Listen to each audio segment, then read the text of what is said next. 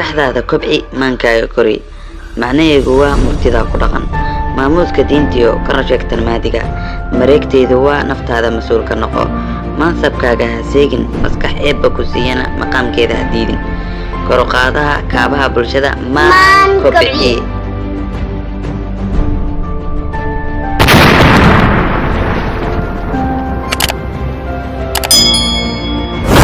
السلام عليكم ورحمة الله تعالى وبركاته. صحابة قالقة هذه تامر كور إذا توبق في الجنة كان فضلا سبسكرايب لايك شير أن كومنت أنا وذاك أصحابة هذا الناس اللي هذا مقال كانوا عن كفلان قينين فائدين كلا قد حلو عقرس كون أكسن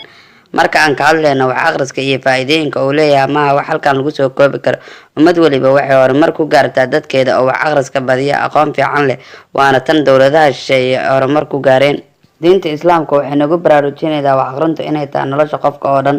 waana tan Allah oo ku amray Nabi Maxamed nabadgelyo naxariis korkiisa Allah yeelay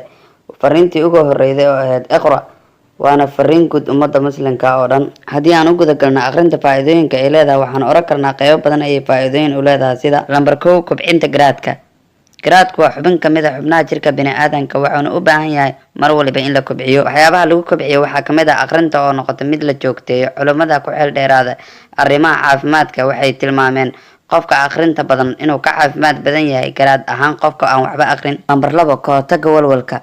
waxaa shak ku jira qof walba oo dunida ku nool inuu mararka qaar la kulmo walwal kaasoo ka imaada dhanka shaqada ama dhanka qoyska walwalka waxyaabaha looga hortagi karo waxaa kamid ah inuu qofku wax aqriyo sida aqrinta quraanka kariimka kaasoo ah wax ugu fiican ee ku hilmaamsiiya walwalka sidoo kale aqrinta sheekooyinka cajiibka ah lambar 3 aqoon kororsi waxaa hubaala in aqrisku ku horseedayo horumarka nolosha gaar ahaan marka aqrido waxa jeceshahay waayo waxa ku kordhaya aqoon badan waxaana noqonaysaa qof aqoon badan u leh takhasuskiisa waxaa jira kutubo badan kuwaas oo hadaa aqrida aad ka helayda fikrado aad u fiican